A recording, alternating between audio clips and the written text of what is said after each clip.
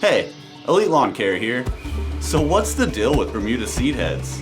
Are they a good thing? Are they a bad thing? If you're seeing seed heads sprouting in your Bermuda, it's possibly a sign of stress. Multiple issues with your lawn can cause these guys to spring up. Improper watering, shade, soil compaction, soil temperature, improper mowing. One or more of these suspects could be responsible for putting your Bermuda through stress and causing it to seed.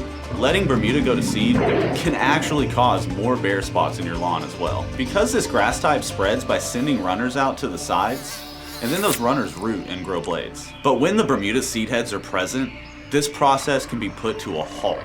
The Bermuda seed cycle will vary due to climate and stage of growth, but this typical process usually lasts between 4 and 6 weeks. Dropping numerous seeds in the immediate area during this time, and using wind to disperse them into other areas. So, how do you get rid of them? Well, first, do not mow lower to stop seed head production. Instead, mow more frequently to maintain the appearance of your lawn. And avoid shredding the stems by using sharp mower blades. Your best bet to reduce seed head production and resolve this issue is just to wait till next year. And to fertilize and water regularly through early May and June.